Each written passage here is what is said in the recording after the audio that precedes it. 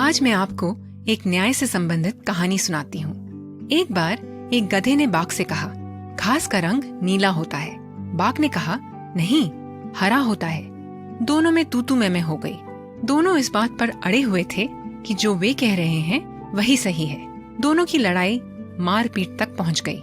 झगड़ा इससे ज्यादा बढ़ने से पहले दोनों ने एक समझौता किया और कहा, चलो जंगल के राजा शेर से जाकर पूछते हैं। जंगल के बीचों बीच बड़े ही शानदार ढंग से शेर गर्व से बैठा हुआ था। इससे पहले कि बाघ कुछ कह पाए, गधा जोर से ढेंचू ढेंचू करने लगा। फिर पूछा, हे राजा, घास का रंग नीला ही होता है ना? शेर ने कहा, हाँ, नीला ही होता है।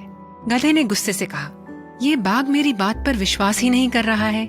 इसकी मूर्खता पर मुझे बहुत गुस्सा आ रहा है। आप इस बाघ को दंड दीजिए। शेर ने कहा, बाघ को 1 वर्ष तक कारागार में डाल दो। यह सुनते ही गधा खुशी से पूरे जंगल में उछल कूद कर अपनी प्रसन्नता प्रकट करने लगा। यह देखकर बाघ ने शेर से कहा, हे राजा, आपने ऐसा क्यों किया? घास का रंग हरा ही होता है। शेर ने कहा, हाँ, हरा ही है। बाघ ने पूछा, फिर आपने मुझे दंड क्यों दिया? शेर ने उत्तर दिया, मैंने तुम्हें घास के रंग के लिए कारागार में नहीं डाला। तुमने उस मूर्ख गधे के साथ बहस की, इसलिए तुम्हें यह दंड दिया गया है। इतने बुद्धिमान, निडर और बलवान होकर भी तुम इस गधे को न्याय के लिए मेरे पास लेकर आए, इसलिए मैं तुम्हें यह दंड दे रहा हूँ।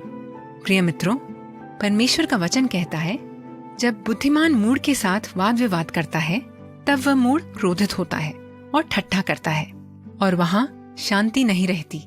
आप क्या सोचते हैं?